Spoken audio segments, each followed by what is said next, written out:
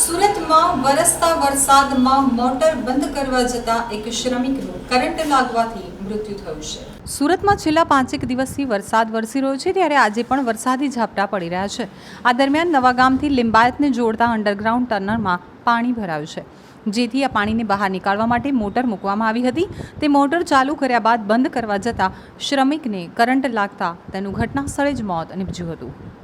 નવાગામ ડિંડોલી વિસ્તારમાં નવાગામથી લિંબાયતને જોડતા underground ટનલમાં current લાગતા શ્રમિકનું મોત નીપજ્યું હતું. પાણીની મોટર બંધ કરવા જતાં કરંટ લાગ્યો હતો.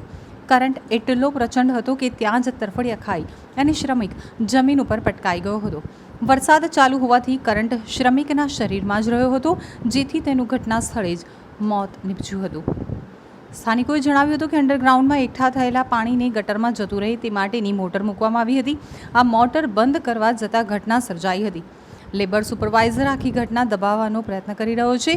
જો કે લોકોનું મોટું ટોળું એકઠું થઈ ગયું હતું અને સાથે જ સમગ્ર ઘટનાના વિડીયો પણ લોકોએ પોતાના મોબાઈલમાં ઉધારી લીધા હતા.